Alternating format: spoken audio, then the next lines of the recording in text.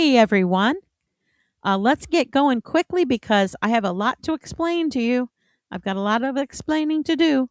Um, I messed up with the recording. I'll tell you that a little bit later.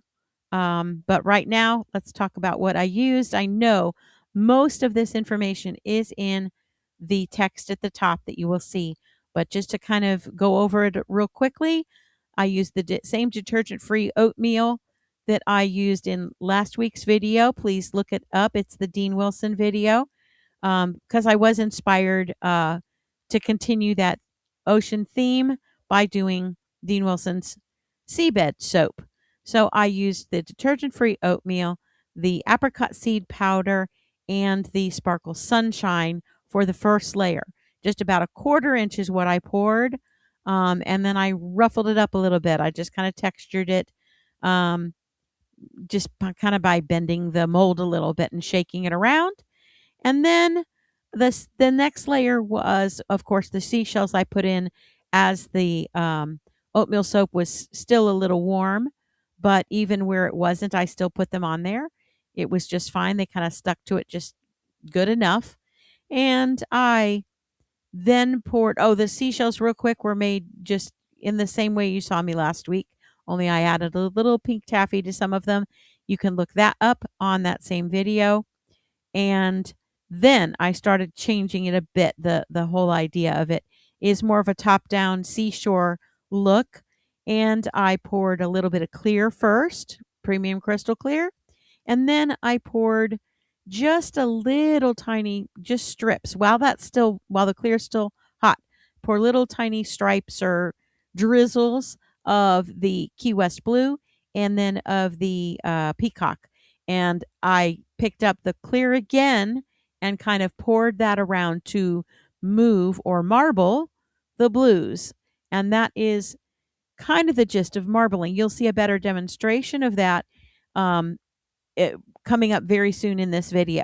And then next week, I am going to do another video on marbling and a compilation on it as well, so that you get a full idea. We've been kind of focusing on the acorn swirl, and I wanted to get in a lot of different swirls recently. And the marbling is my favorite technique, so I thought I would kind of combine that ocean theme with the marbling that I love to do and then go further from there. And then I will get back to many other things that I have that I want to do for you. Um, this technique is not hard at all. But when when you don't hit record, it doesn't record, doesn't make a video. There's a long story behind that. I'll probably not have time to get into today because of the shortened video. The fragrance oil I used was the same as last week: aloe, water, and sea kelp. Yeah, that's it. Aloe, water, and sea kelp. Um, I got that from Wholesale Supplies Plus. I'm not sure if they sell that anywhere. I haven't seen that one particularly anywhere else. It's one of my favorite ocean kind of smells because it's not too salty. Some can get a little too salty for me, and this one is not. It's a little bit more ozonic, and maybe a tad bit of tropical fruit, but it doesn't smell like somebody's suntan lotion or anything. Maybe some uh, tropical florals in there as well. I don't have the description for it, but that's just what my nose tends to pick up with it. Definitely a watery smell. And so now what you're seeing me do is I'm taking those same colors and I didn't water them down, but it's kind of as a color, it's more transparent. I added clear. I took just a tiny bit out of those little cups and put them in another cup and added clear to them. So it was more transparent. I just wanted some more wisps of the color of the mica on the top of everything.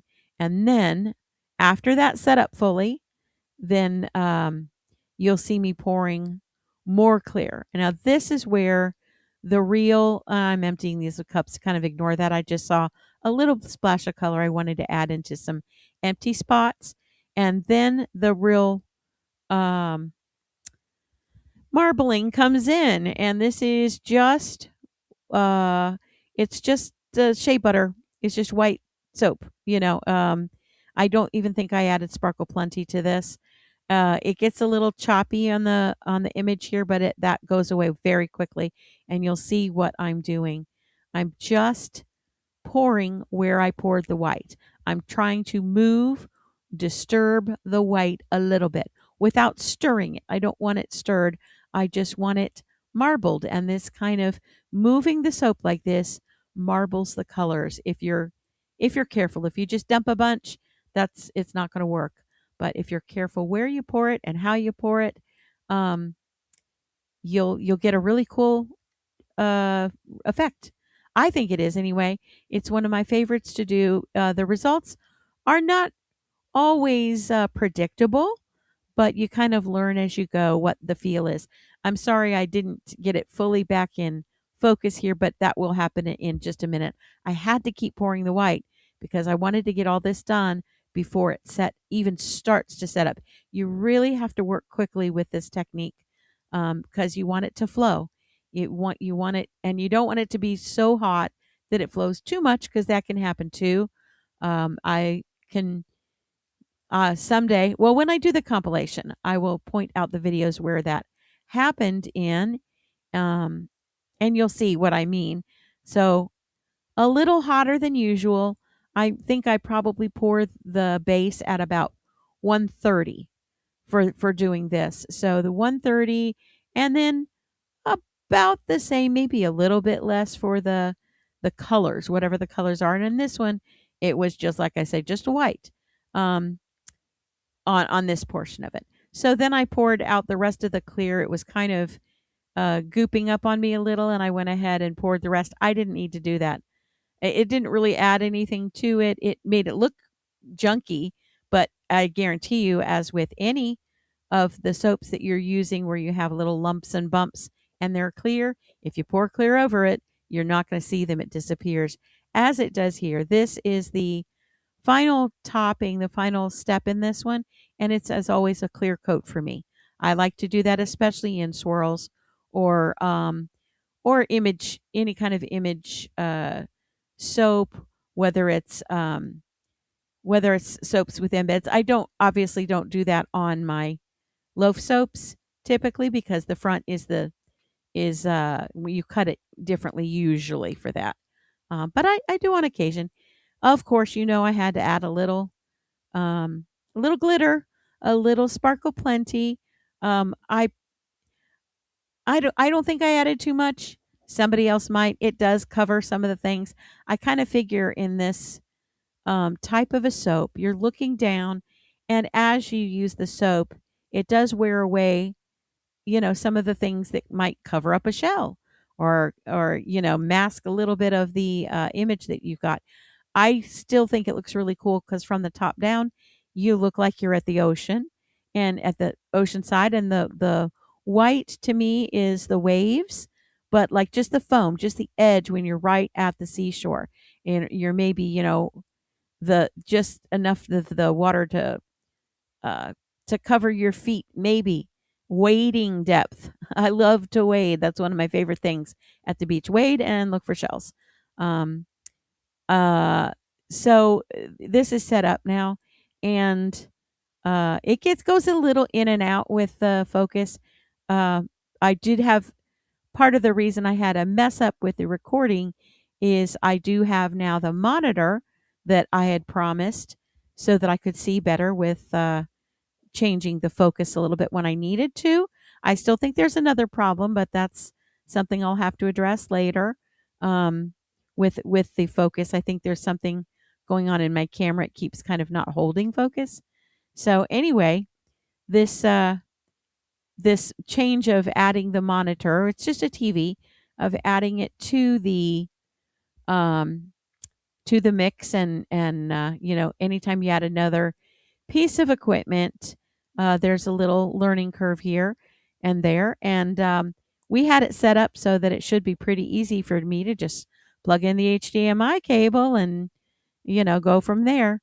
But the problem is, and I can tell this story about it because I'm just cutting, and I'll be doing a little bit of trimming with the my vegetable peeler, a little bit of beveling coming up soon. But what happened is the TV was a brand new TV, a brand new cheap, but is still a smart TV. They're annoying. You don't just turn it on and go. You turn it on and you have to create an account, and then you have to verify this email and do that, and then go on your phone and create a thing there. And it had me. I hate stuff like that in the first place, and I know I get security and all that, but this was ridiculous. It was so bad, the setup, and it frustrated me. I was already a little frustrated, um, but it got me so frustrated that by the time I was ready to record, I completely forgot to hit record, because you have to set everything else up first, of course, before you do that. So I missed it. I was just like, "Oh, let's just record." And that was me talking to myself, by the way, because there was nobody in there. Um, but I was so mad. Um, and getting stuff ready like this, sometimes it hurts my back the way the setup is, um, as far as accessing things. And so by the time I was ready to go, I just wanted to, I don't know, spit. Anyway, that's what happened. That's why you have half a video. Um, Nothing in this is too far outside of what I've done before. As I said, I'm going to be doing another marble soap next. And then I'm going to publish a marbling compilation. I've done the Acorn Swirl compilation, and I've done individual marble soaps, but this will be the new one next week will be added, and this one will both be added to the marbling set collection I have, and I've never published it as a compilation. I do have it, I think I might have it as a playlist, and you are welcome to take a peek at that and see some of my other marbling styles. It's a really fun, easy technique. If Yeah, it's not, so simple that anyone can do it. You have to pay attention to what you're doing. You have to pay attention to your temperatures. Um, you want to go in light-handed, not heavy-handed.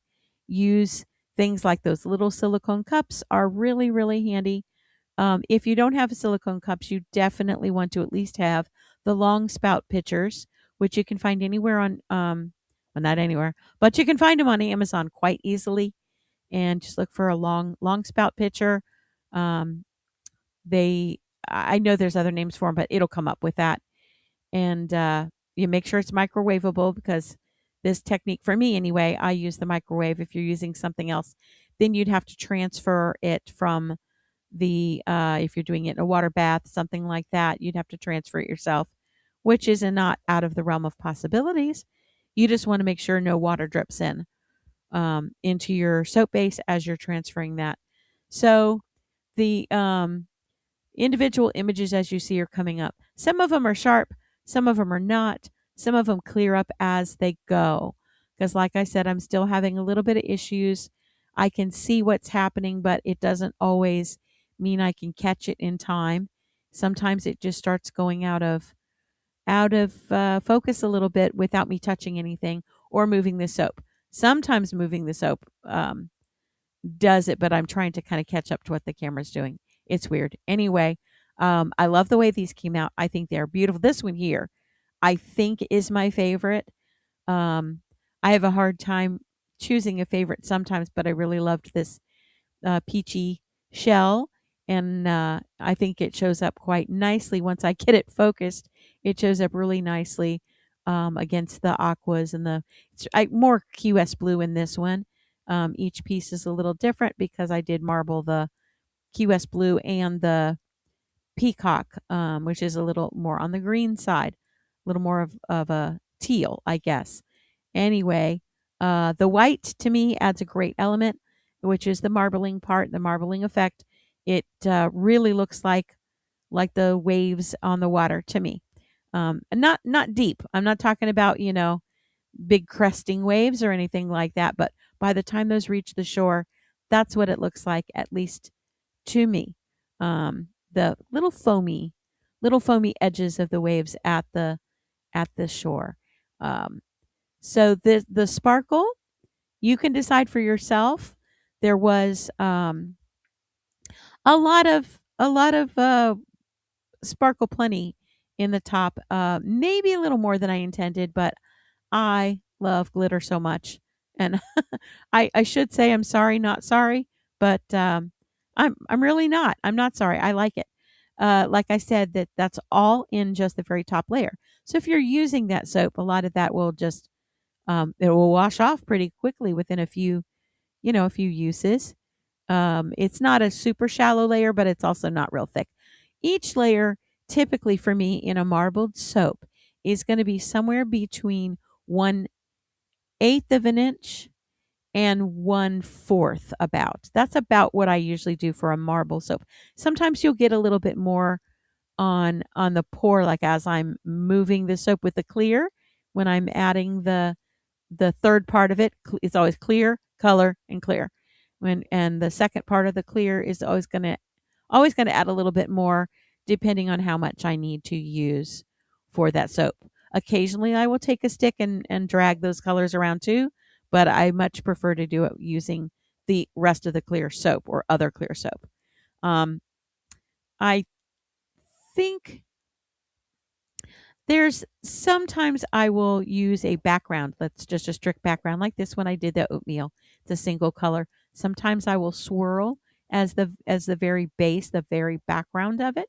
Swirl two colors together, and sometimes it's just a solid color. I That one is typically again between 1/8 to 1/4 of an inch, and then I go from there. Typically, it's 4 layers, and I can feel that I'm speaking kind of fast through this because I feel like I'm hurrying because I missed half the video. So, which, that's legitimate to me. I want to remind you of something.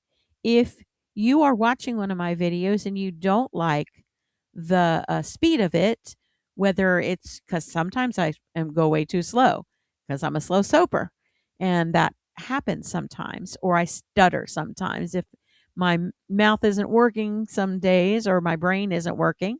I'll get a little stuttery, and so it might be too slow for you. um, you can always on YouTube, you can always watch my videos or anybody else's videos a little faster or a little slower. And they're not always like so fast that you sound like, a Muppet or something, or sound like you're on complete fast forward. It's not that fast, just a little bit faster. And you have options with how much faster too. So keep that in mind. If you need a little more time with it and you want to write stuff down, maybe play it a little slower. Um, you can always rewind and watch again. I kind of recommend, since mine are more complicated, if you really want to get all the details down, watch it once, paying close attention to the visual, what I'm doing, what text comes up, etc. And then maybe another time and just listen to me.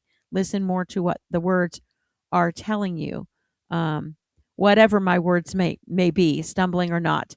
But if you got this far, I'm hoping that you liked it, because if not, it was a waste of your time.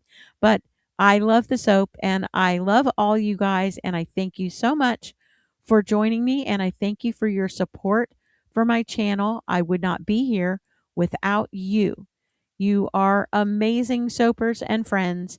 And if I don't know you yet, I hope to get to. Thanks so much. Bye.